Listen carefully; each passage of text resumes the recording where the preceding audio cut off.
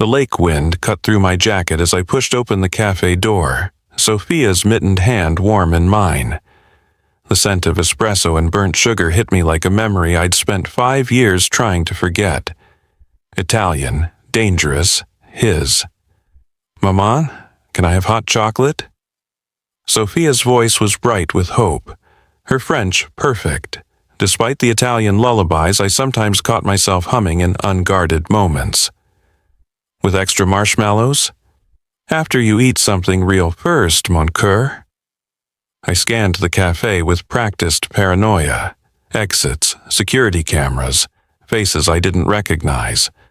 5 years in Montreal had taught me survival, but it hadn't taught me peace. Every stranger was a potential threat. Every shadow held memories of blood and gunfire, and the night I'd run. The cafe was one of those trendy waterfront places where young professionals pretended to work while scrolling their phones. Large windows overlooked the St. Lawrence River. Early evening light painting everything gold and deceptive. Safe, normal. Everything I'd built our life to be. Sofia tugged my hand toward a window table, chattering about her friend Emma from daycare. I nodded automatically, my eyes still cataloging threats, counting bodies, measuring distances to exits. Old habits, survival instincts that had kept us hidden for 5 years. Then I saw him, and my world ended for the second time. Claudio Manella sat at a corner table, laptop open, espresso cup halfway to his lips. 5 years had carved him into something even more dangerous. Leaner, harder, with new ink creeping up his neck in patterns I didn't recognize. His dark hair was shorter now, styled back from a face that belonged on Renaissance paintings of avenging angels. The boy I'd loved was gone, replaced by something refined and lethal. Even in casual clothes, black shirt rolled to reveal tattooed forearms, expensive watch catching the light. He radiated controlled violence.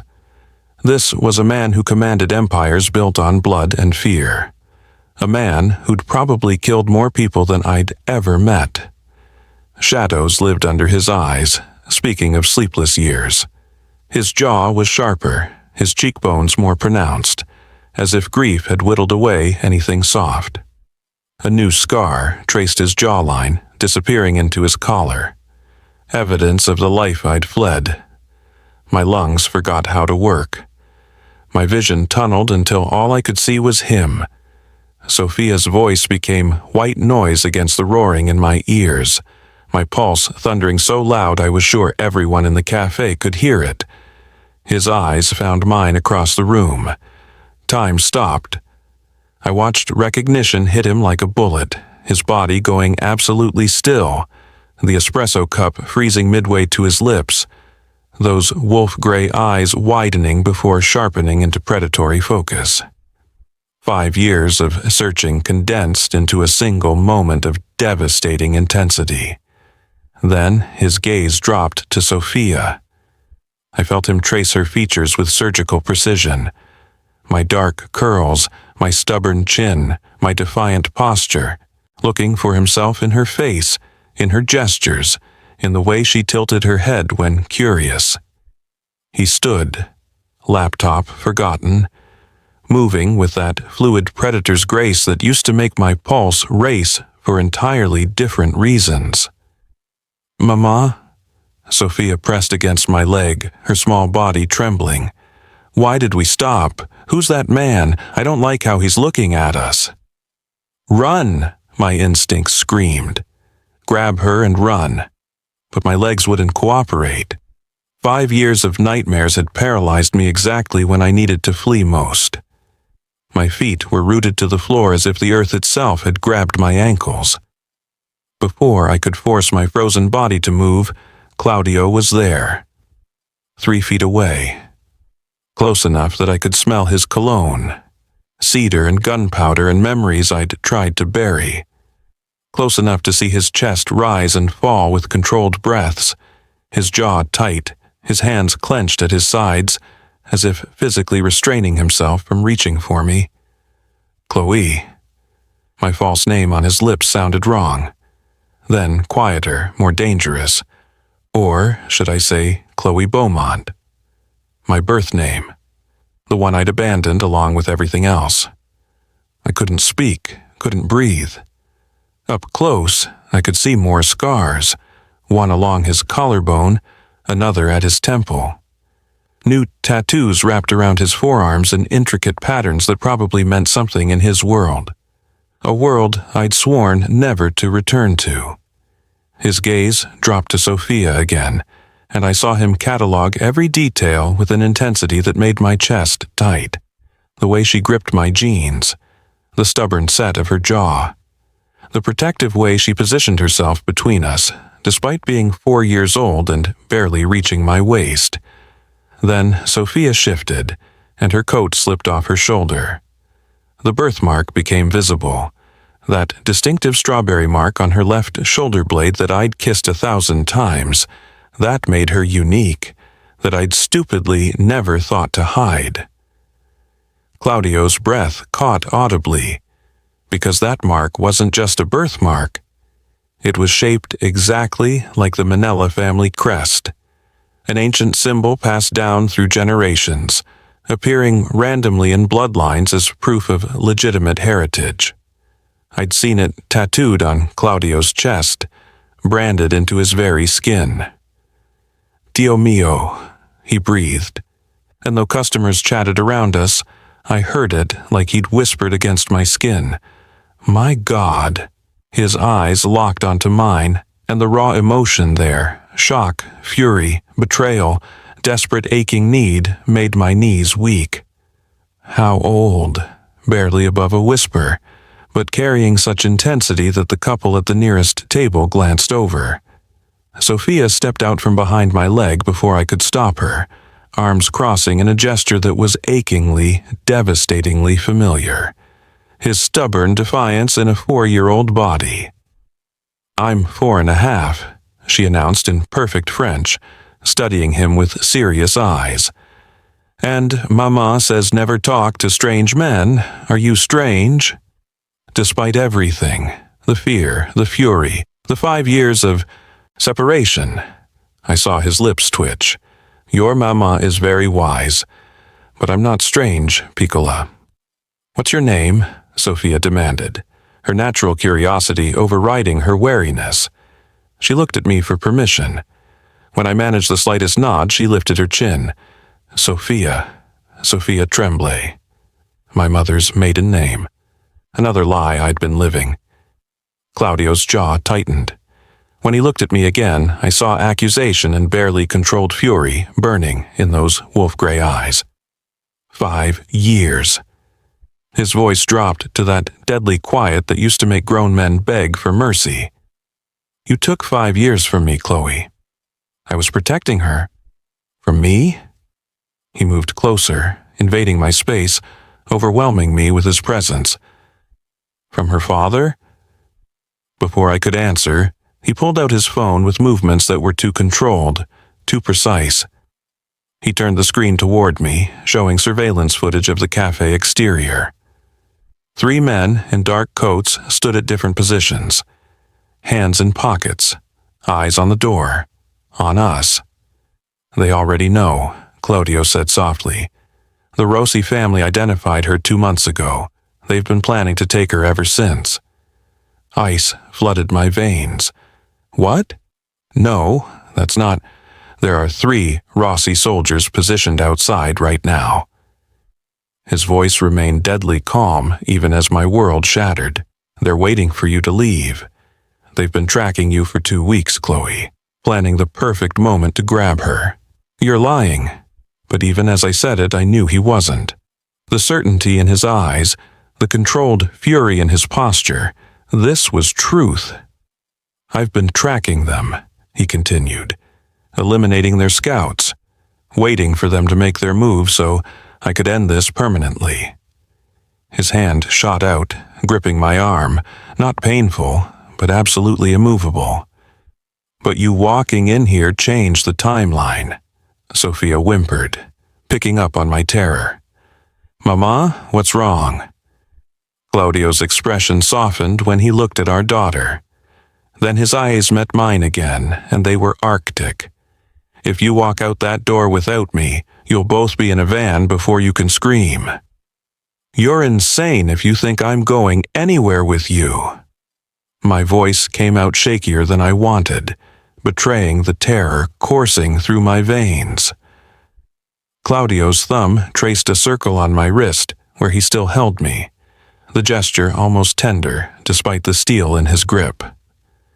Look at the screen again, Chloe, really look. I forced myself to focus on the surveillance footage. The three men weren't just standing casually. They were positioned strategically, covering all exits. One near the front door, one by the side entrance, one watching the parking lot. Military precision. Professional. They've done this before, Claudio said quietly. Kidnappings, extractions. The Rossi family doesn't send amateurs. He swiped to another image. This one has taken 7 children in the past 3 years. 5 were returned to their families after ransoms were paid. 2 weren't. My stomach dropped. Stop, please. You need to understand what we're dealing with. He leaned closer, his voice dropping so Sofia wouldn't hear. They don't want money from you, Tesoro. They want leverage against me, and they'll do anything to get it. Sofia tugged my hand harder. Mama, you're scaring me. Who are those men? Why are we still standing here? Claudio crouched to her eye level, and I saw him really look at our daughter for the first time.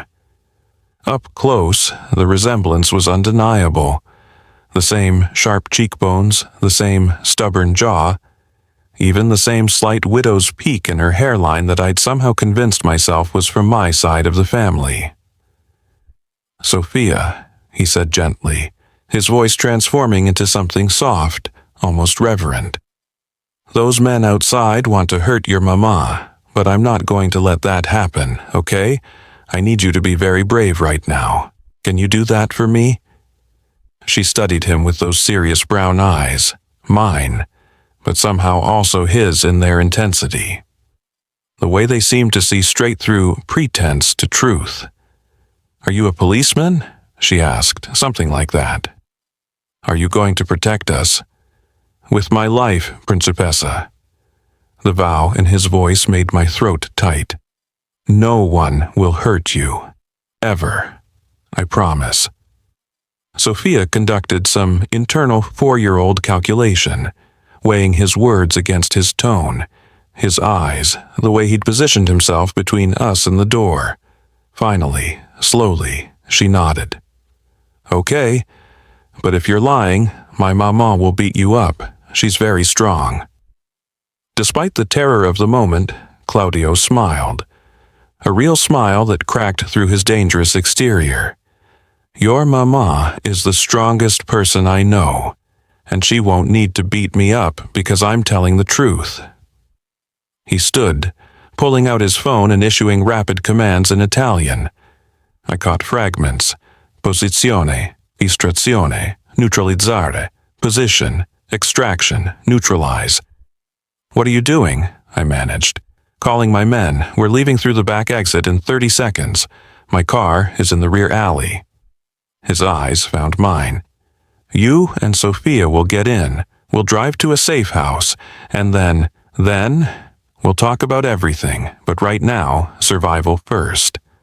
I'm not going anywhere with, then you're killing your daughter. The bluntness made me flinch. Those men have orders to take her alive. You?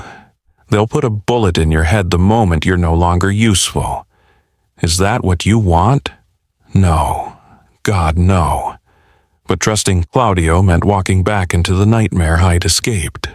Meant surrendering 5 years of hard-won freedom. Meant admitting that everything I'd built was a lie.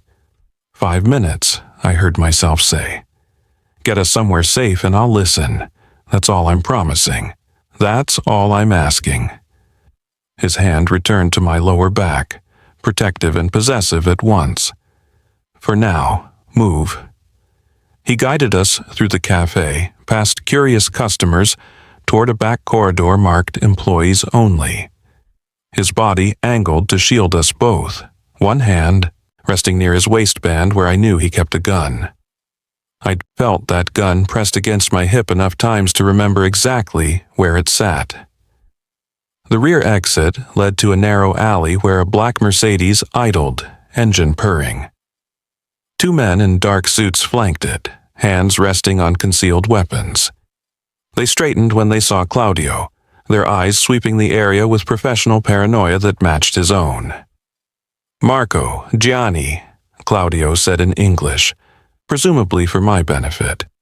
"This is Chloe and Sofia. They're under my personal protection. Anyone who touches them dies. Capito?" "Si, capo." They spoke in unison, but their gazes lingered on Sofia with something like awe. Because they saw the birthmark, they knew what it meant. She wasn't just some woman's child, she was his heir, his legitimate daughter, the future of the Manella bloodline. "Back seat," Claudio ordered, opening the door. Sofia in the middle, between us. I wanted to argue, wanted to scream that I wouldn't be ordered around, that we weren't his possessions to command. But the fear in Sofia's eyes made the decision for me. I slid in, pulling Sofia onto my lap despite her protests that she was big enough for her own seat. Claudio entered from the other side, his body angling to shield us both. The door closed with a heavy thunk of reinforced steel. "Bulletproof. Drive," he commanded. "Route 3, now." The Mercedes pulled out smoothly, and that's when the shouting started. I twisted in my seat, looking through the rear window in time to see the three men from the surveillance footage rushing into the alley, weapons drawn. One raised his gun, aiming at our retreating vehicle. Claudio's hand covered Sofia's eyes. "Don't watch, Principessa. Just breathe." But I couldn't look away, couldn't stop watching as more men, Claudio's men, positioned on rooftops and in doorways I hadn't even noticed, emerged like ghosts. The first gunshot cracked through the evening air. "Down," Claudio barked, pushing both our heads below the window line. Sofia whimpered. I held her tighter, my body curving over hers protectively as more gunshots echoed behind us. The bulletproof glass absorbed the impacts with dull thuds that made my heart stop. Then we were turning a corner, accelerating, leaving the chaos behind. Claudio released us slowly. "You can sit up now. We're clear." I straightened, still clutching Sofia, my hand shaking so badly I could barely hold her. In the driver's seat, Marco spoke rapid Italian into a phone. Beside him, Gianni checked a tablet showing multiple video feeds. "How many?" Claudio asked in English. "3 dead, capo. 1 escaped. Angelo is tracking him. Tell Angelo not to lose him. I want to know who gave the order." Claudio's voice was ice, and I want everyone involved eliminated by morning. The casual discussion of murder, of elimination, of killing, it hit me like a physical blow. This was the world I'd run from, the world I'd sworn Sofia would never know. And I just willingly climbed into a car heading straight back into its heart. "Where are you taking us?" My voice sounded hollow. Claudio turned to me, and something in his expression softened when he saw Sofia's tear-stained face. "Somewhere safe. Somewhere they can't reach you. You planned this." The realization crystallized. All of it. You knew they were watching. You were waiting. His smile was cold. "I've been planning this for 5 years, Tesoro. Since the night you disappeared with my child." He leaned closer, his voice dropping to that dangerous whisper. "Did you really think I wouldn't find you? That I'd just let you go? I thought—" My voice broke. "I thought I was protecting her. From me, not a question. A statement heavy with 5 years of fury and hurt. From your world." "My world?" He laughed, bitter and sharp. "You're about to discover something, Chloe. You were never out of my world. You just didn't know I was there, keeping you safe from the shadows." His hand cupped my face, thumb brushing my cheekbone. "Welcome home, amore mio. There's no running this time. Not from me, not from what we are, and definitely not from what she deserves." Sofia's voice was small against my chest. "Mama, are we safe now?" I met Claudio's eyes, those wolf-gray eyes that had haunted my dreams for 5 years, and realized I didn't know the answer. "Yes, mon cœur," I whispered, hoping desperately I wasn't lying. "We're safe now." But the way Claudio smiled told me safety had just become a very complicated word. Chloe's trapped in a bulletproof Mercedes with the man she fled from 5 years ago, and his words, "welcome home," are giving me chills. If you're as obsessed with this story as I am, please subscribe. I pour my heart into every chapter. And I'd love to know, where are you reading, listening from? Comment your city or country below. Let's build this community together. The safe house materialized after 40 minutes of winding mountain roads, each turn taking us further from civilization. It wasn't what I'd expected. Not some dingy hideout, but a modern fortress of concrete and steel nestled into the forest like a sleeping predator. Bulletproof glass reflected the twilight. Armed guards materialized from shadows as our car approached, their weapons tracking our movement before recognition made them lower the barrels. Sofia had fallen asleep against my chest somewhere around the 20-minute mark, exhausted from terror. Her small body felt impossibly fragile in my arms, a reminder of everything at stake. "She's out," Claudio observed quietly, his voice gentler than I'd heard it all evening. "Good. She shouldn't see more than she already has." I wanted to spit that she shouldn't have seen any of it, that this was his fault, his world, his violence bleeding into our lives. But the words stuck in my throat because part of me, a part I hated, knew he was right. If we'd walked out that cafe door alone, Sofia would have seen much worse. Marco opened our door, and Claudio exited first, then turned to help me. His hands were careful as he lifted Sofia from my arms, cradling our daughter against his chest with a tenderness that cracked something in my chest. She mumbled in her sleep, one small hand fisting in his shirt, and I watched his throat work as he swallowed hard. "This way," he murmured, leading me inside. The interior was sparse but clearly lived in. Leather furniture, a kitchen that looked barely used, and a hallway that led to what I assumed were bedrooms. Everything designed for function, not comfort. A place to survive, not live. But the room Claudio led us to contradicted everything else. Pink walls, a small bed with white linens, shelves lined with books in French and Italian. Stuffed animals arranged with care, a child's bedroom prepared and waiting. "How long?" I asked as he laid Sofia on the bed, removing her shoes with gentle hands. 2 months. He pulled a blanket over her, tucking it around her shoulders. "Since I found you." "You've been watching us for 2 months. The violation of it should have enraged me. Instead, I felt numb. Planning this, waiting, protecting you." He straightened, and in the soft lamplight I could see new lines around his eyes. "There's a difference, Chloe." "Is there?" I moved closer to the bed, brushing hair from Sofia's forehead. She looked peaceful, innocent, completely unaware that her world had shattered today. "You kidnapped us. I saved you." His voice hardened. "But we can debate semantics after you've rested. You're exhausted, terrified, and in shock. This conversation will go nowhere productive tonight." "Don't tell me what I am." "Then stop pretending you're not shaking." He gestured to my trembling hands. You're running on adrenaline, and it's about to crash. There's a bedroom across the hall, bathroom attached, everything you need. I'm not leaving her. Something flickered in his expression. Approval, maybe, or recognition. Then, sleep here. There's a chair, or I can have Marco bring another bed. I'll take the chair. I sat, positioning myself between Sofia and the door, between my daughter and him. Claudio watched me for a long moment, and I saw hurt flash across his face before the mask returned.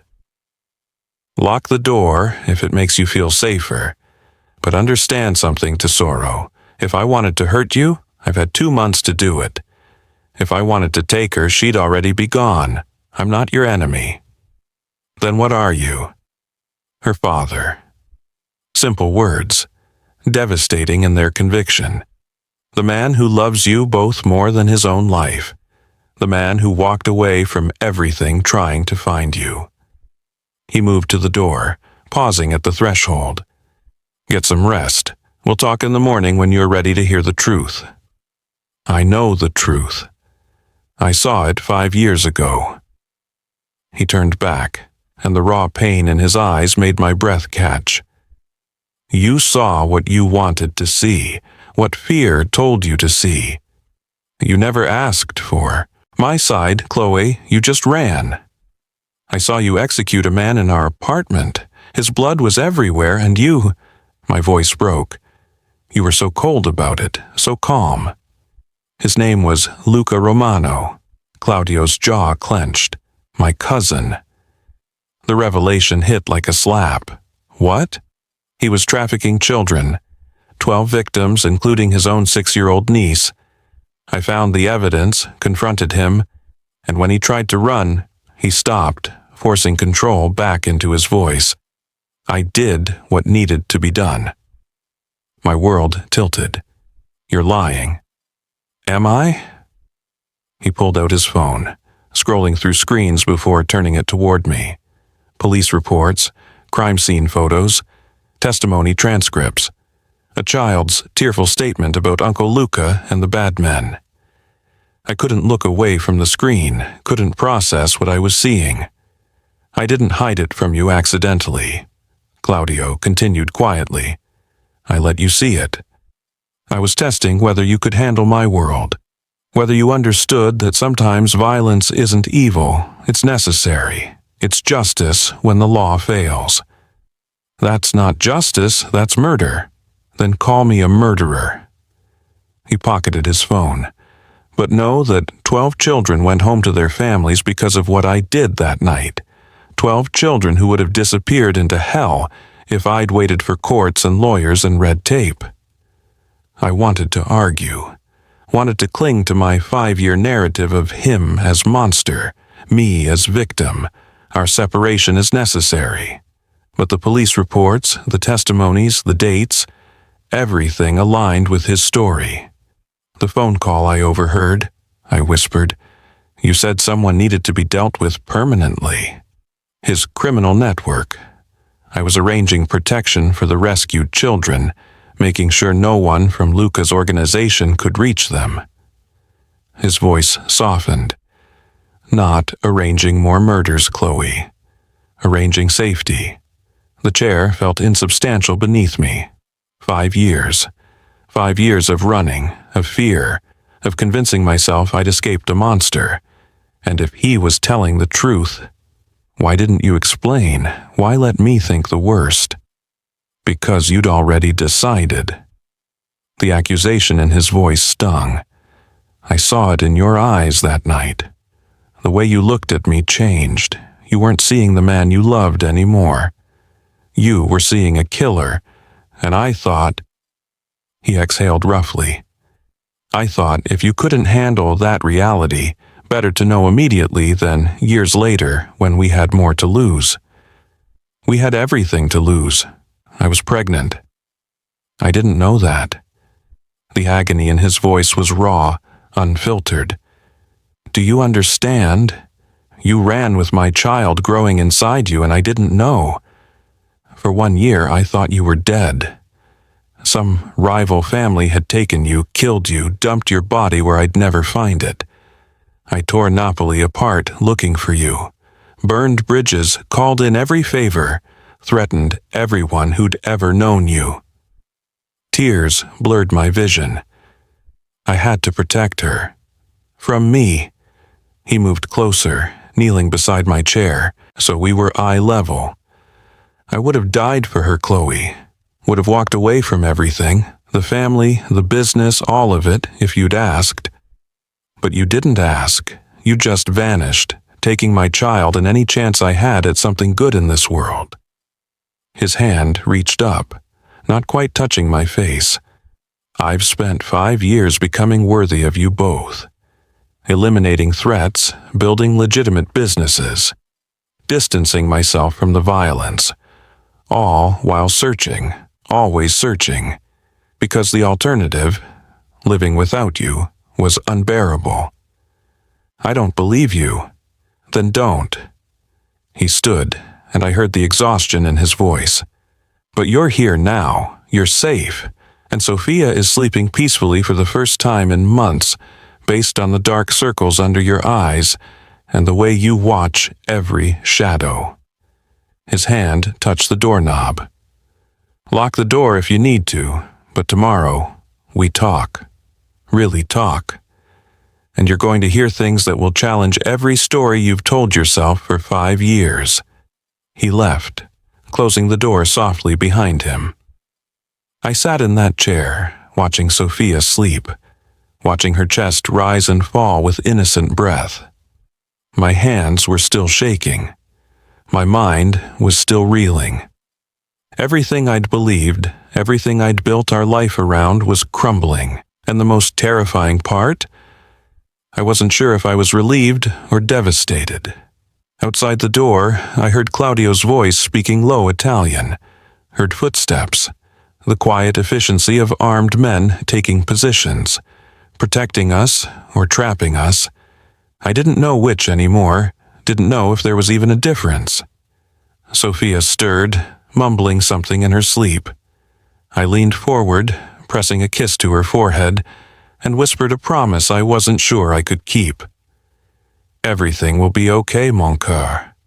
Maman will keep you safe. But as I settled back in that chair for a sleepless night, I couldn't shake the memory of Claudio's eyes. The pain there, the truth there, and the terrifying possibility that maybe, just maybe, I'd been wrong about everything. 3 days. 3 days of careful cohabitation, of Sofia asking questions I didn't know how to answer, of Claudio moving through the safe house like a phantom, always present but never intrusive, always watching but never crowding. He was patient with Sofia in ways that broke my heart. Reading to her in Italian, teaching her simple words, letting her trace the tattoos on his forearms while he explained what each one meant. She was drawn to him with a child's intuitive recognition, as if some part of her had always known he was missing. The casual "Papa" had slipped out on day 2. Neither of us corrected her.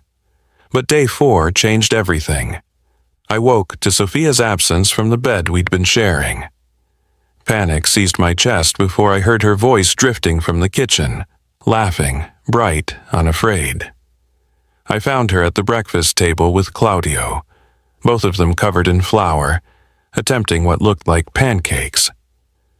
"Mama," she beamed when she saw me.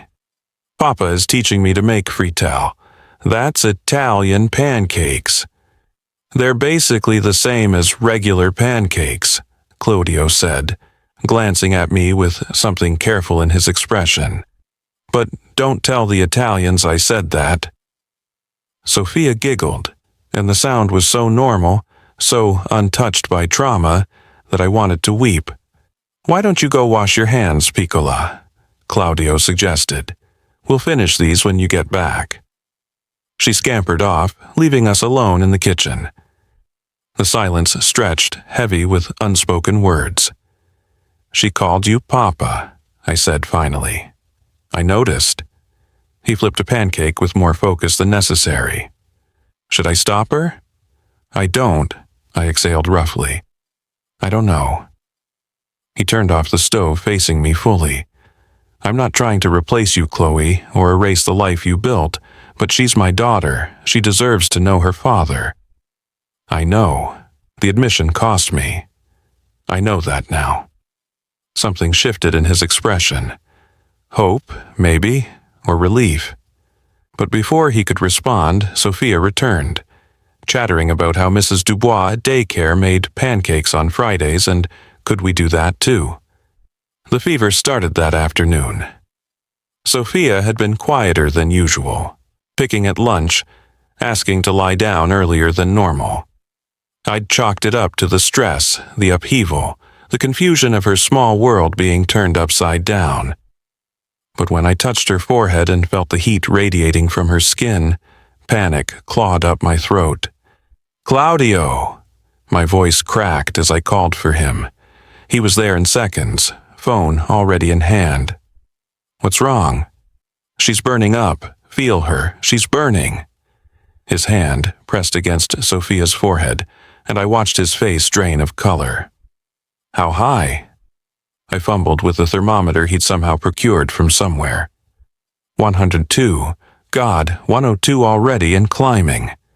I'm calling the doctor. He was already dialing, speaking rapid Italian. I caught fragments. Fever, child immediately. How high is too high? His voice had taken on an edge I'd never heard before. Not anger, fear, raw, unfiltered paternal fear. Should we take her to a hospital? Tell me what to do.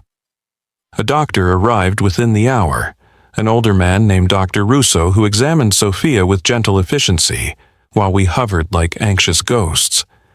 Viral response to stress, he explained. Keep her hydrated, monitor the temperature. It should break within 24 to 48 hours. Should break? Claudio's voice was tight. What if it doesn't? Then we reassess. But children are resilient, Mr. Manella. She'll fight through this. But Sofia only got worse. By 2 a.m., her fever had spiked to 103, and she was delirious. She tossed in bed, crying out in a mixture of French and Italian that she shouldn't have known, calling for people who weren't there, and calling for him. Papa, non lasciarmi. Her small voice cracked with fear. Papa, don't leave me. I stood in the doorway, frozen, watching Claudio sit vigil beside her bed. He'd been there for hours, refusing to move, refusing to rest. Now he gathered her burning body against his chest, rocking her gently while singing something soft and Italian. Ninna nanna, ninna o questo bimbo a cielo do. His voice cracked on the words, and I realized with shock that he was crying. Tears streaming down his face while he held our daughter, his hands trembling as he pressed kisses to her burning forehead. Papa, Sofia whimpered, delirious. Papa, don't let the bad men take me. His sob was audible. My principessa, my ti lascerò. Never, princess. I'll never leave you. I swear on my life, on everything I am, they'll have to kill me first. Something inside me shattered. 5 years of narrative crumbling as I watched this dangerous, powerful man, this killer, this mob boss, shake with terror at his daughter's fever. Watched him whisper promises and prayers in Italian. Watched him press her against his heart as if he could absorb her pain through proximity alone. Monsters don't weep while singing lullabies. Monsters don't tremble at their children's fevers. Monsters don't promise to die before letting harm reach their babies. I moved into the room without conscious decision, my feet carrying me to the bed. Claudio's eyes met mine, red-rimmed, devastated, pleading. She's so hot, he whispered. Chloe, she's so hot and I don't know what to do. We cool her down together. I sat on the bed's opposite side, taking Sofia's other hand. Get me a basin of lukewarm water and washcloths. He moved immediately, returning with what I'd asked for. We worked in synchronized silence, laying cool cloths on her forehead, her wrists behind her neck. His hands were gentle despite their size, despite the violence I knew they were capable of. Our hands brushed over Sofia's sleeping form. Neither of us pulled away. "Thank you," he said hoarsely around 4 a.m., when Sofia's breathing finally evened out. "For being here, for not—" His voice broke. "For not keeping her from me in this. She's my daughter, too." But even as I said it, I knew that wasn't the whole truth. The whole truth was harder, more complicated. I thought I was protecting her by keeping you away, but watching you with her these past few days, I stopped, forcing myself to continue. You love her. More than my own life. Immediate, absolute. More than anything I've ever loved except— He stopped. Except what? His eyes found mine in the dim lamplight. Except you. You and her. You're everything, Chloe. Everything I fought for. Everything I killed for. Everything I'd die for without hesitation. My throat tightened. Claudio, I know you can't forgive me. Can't forget what you saw, what you think I am. His hand covered mine on Sofia's blanket.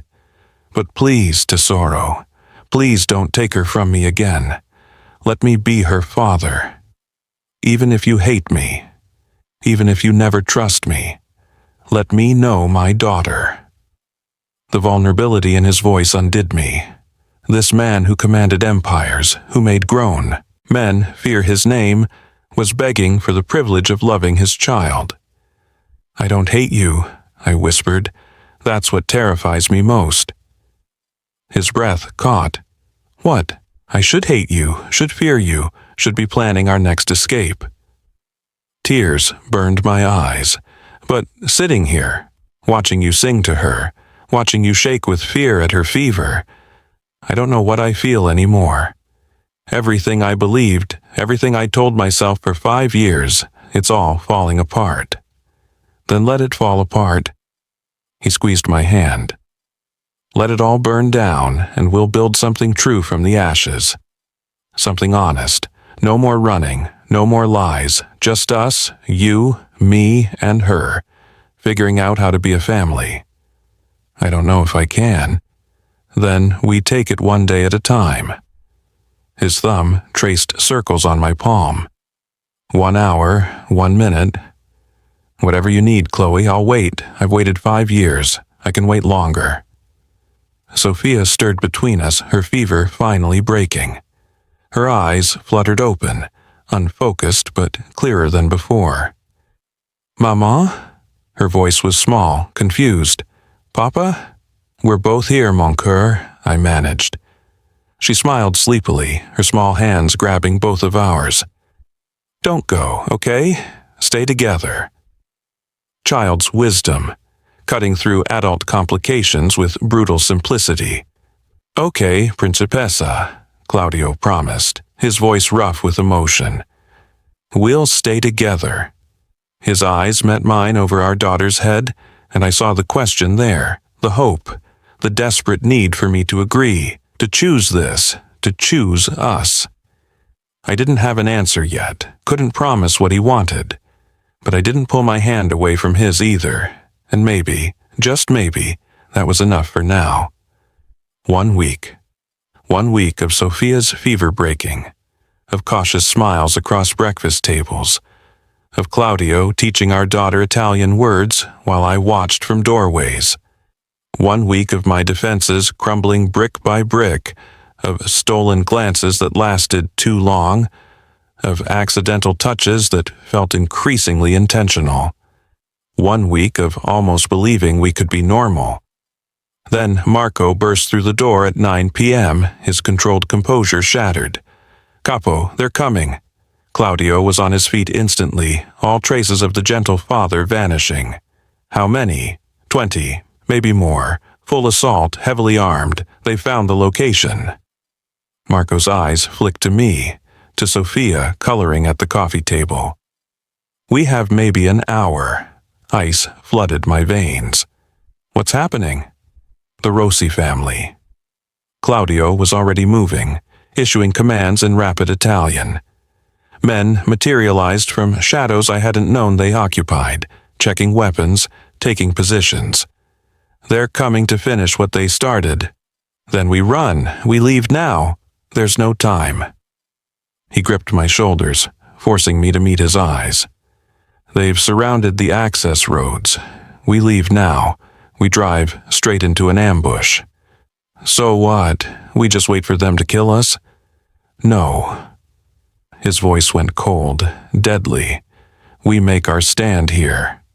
With Sofia in the house? Are you insane? There's a panic room, reinforced steel, separate ventilation, supplies for 3 days. Marco will take you both. No. The word came out before I could think. Absolutely not. His eyes widened. Chloe, if you stay and fight, I stay and fight. My voice shook but held firm.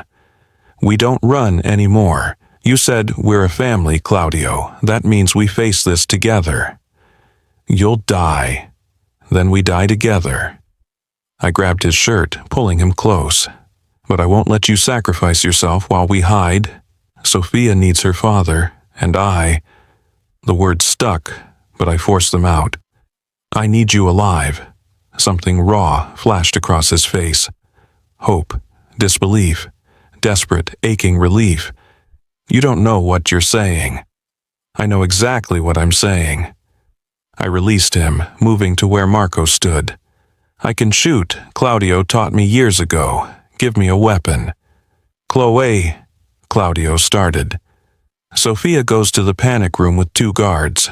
We stay and fight, together. That's not negotiable. He stared at me for a long moment, something like wonder in his eyes. Then he nodded once, sharp and decisive. Marco, take Sofia to the panic room, Gianni and Paolo with her. No one gets through that door, understood? Si, capo. Sofia looked up from her coloring, sensing the tension. Mama, what's wrong? I knelt beside her, forcing a smile I didn't feel. Remember how we talked about Papa's work being dangerous sometimes? Some bad men are coming, but Papa is going to make sure they can't hurt us. Will you be safe? Yes, mon cœur, but you need to go with Marco to a special safe room, okay? Just for a little while. Her lip trembled. I don't want to leave you. I know, Principessa. Claudio crouched beside me, his hand gentle on her hair. But Mama and I need to know you're completely safe so we can focus on stopping the bad men. Can you be brave for us? She nodded slowly, then wrapped her arms around both our necks, pulling us into an awkward 3-way hug. Promise you'll come get me when it's over? I promise, we said in unison. Marco carried her away, and I heard her scared questions fading down the hallway. The panic room door sealed with a heavy metallic thunk that echoed in my chest. Then it was just us and 9 armed men, preparing for war. Claudio handed me a gun. Compact, familiar weight. Stay behind me, always. If they breach the interior, you run to the panic room. Don't argue, don't hesitate, just run. I won't leave you. Chloe, I spent 5 years running from you, Claudio. I'm not running anymore. I checked the gun's magazine, muscle memory taking over. We survived this together or not at all. His hand cupped my face, thumb tracing my cheekbone. Why now? After everything, why choose this? Choose us? Because I never stopped loving you. The confession tore from somewhere deep and honest.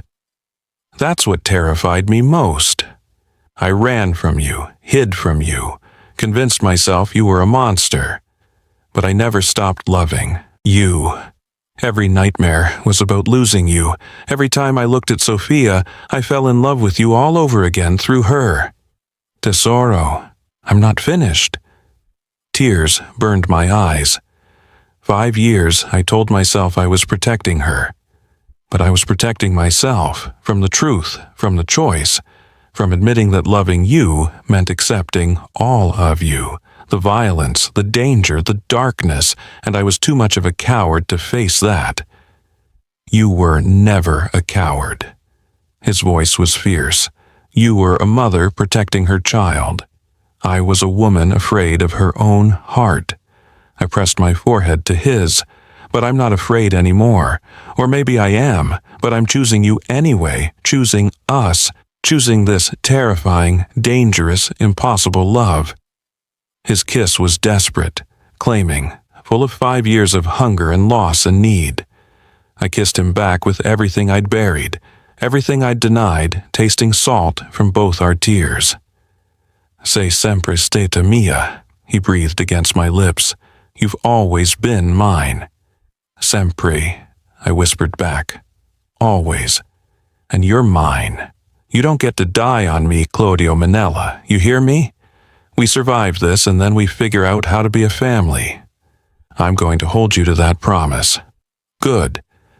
The first explosion shattered the front windows. "Positions!" Claudio roared, and chaos erupted. Gunfire, shouting, the acrid smell of smoke and cordite. I stayed behind Claudio like he'd ordered, my heart hammering against my ribs.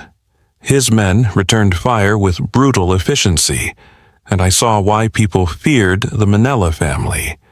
They moved like a single organism, anticipating each other's movements, covering angles with military precision.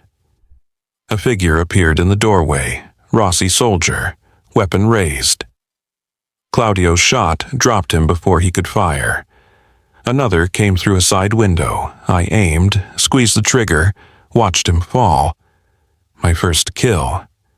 I should have felt horror, revulsion, something. But all I felt was grim satisfaction that he wouldn't reach Sofia. "Left flank," someone shouted. Claudio turned, and I saw it happen in slow motion. Another soldier, weapon aimed, finger on trigger. Aimed at Claudio's back, at the man I loved. "No!" I moved without thinking, shoving Claudio aside. The impact hit my shoulder like a hammer, spinning me around. Pain exploded through my body, white-hot and absolute. I heard Claudio's roar, heard more gunfire, heard bodies dropping. Then I was on the ground, his hands on me, his voice frantic. Chloe, stay with me." "Sofia," I managed through gritted teeth. "Is safe, you're safe. Just stay with me, amore mio." His hands pressed against my shoulder, trying to stop the bleeding. "Medic, I need a medic now." "You're okay?" I grabbed his shirt with my good hand. "They didn't. You're not." "I'm fine. You saved my life, you crazy, beautiful, impossible woman." Tears streamed down his face. "You took a bullet for me." "Seemed fair," I gasped. "You've been taking bullets for us for 5 years." His laugh was half sob. "Don't you dare die on me. Not now, not after finally choosing us. Not dying." The pain was fading to numbness, probably not a good sign. Just resting my eyes for a second. No, Chloe, stay awake, look at me, stay awake." I tried, God, I tried, but darkness pulled at me with seductive fingers, promising escape from the pain. The last thing I heard was Claudio's voice, raw with fear and fury, promising vengeance on everyone who'd brought us to this moment. Then nothing. I woke to sterile white walls and the steady beep of monitors. My shoulder throbbed with distant pain, drugs probably keeping the worst at bay. I tried to move and immediately regretted it. "Don't." Claudio's voice, rough from disuse. He appeared in my vision, looking haggard and beautiful. "You'll tear the stitches." "Sofia?" "Safe, unharmed, asking about you every 5 minutes." He took my good hand, pressed it to his lips. "You've been out for 18 hours. The bullet went clean through. No major damage, but you lost a lot of blood." "The Rossi family?" His smile was cold. "No longer a concern."